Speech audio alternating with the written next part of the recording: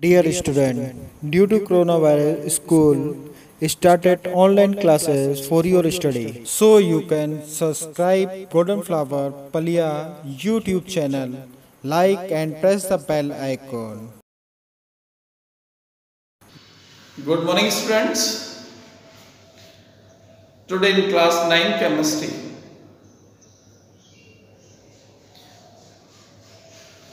explanation of the topic that choose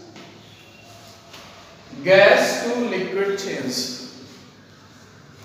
Before starting it, we can change the state of matter by increasing the temperature or by decreasing the temperature, means by lowering the temperature. So students, here gas to liquid change, it is also known as condensation. So the process by changing a gas or vapor to a liquid by cooling is called condensation. Suppose that if we cool the steam, the gas or the vapor particle of steam, they will condense and converted into liquid. So condensation is a reversible process of vaporization. So for experimental setup, we have taken here one beaker, one kettle with water and one frying pan with ice cube. So dear student, when we boil the water in a kettle, why gaining kinetic energy? The water molecules, they vibrate rapidly and convert into a steam or water vapors. Now these water vapors on the lower side of frying pan condenses because in a frying pan we have taken ice cube. So by condensation of the process, the vapors of water or steam of water again condenses to form water droplets, means liquid form. Now students, whenever we lower the temperature, the kinetic energy of water particles, water molecules lowered because vibration is very less and force of attraction is higher. Now kinetic energy is less than force of attraction. Now next and last part of this concept, liquid to solid change. It means freezing. So what happens in freezing? The process of changing a liquid into a solid while cooling is called freezing, means solidification. So dear student, when water is cooled while lowering the temperature of keeping in refrigerator,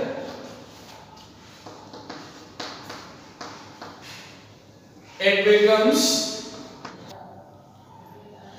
Now freezing means solidification. So student, in freezing, the kinetic energy of particles or molecules loss, so they become less and less. Their vibration is very, very less.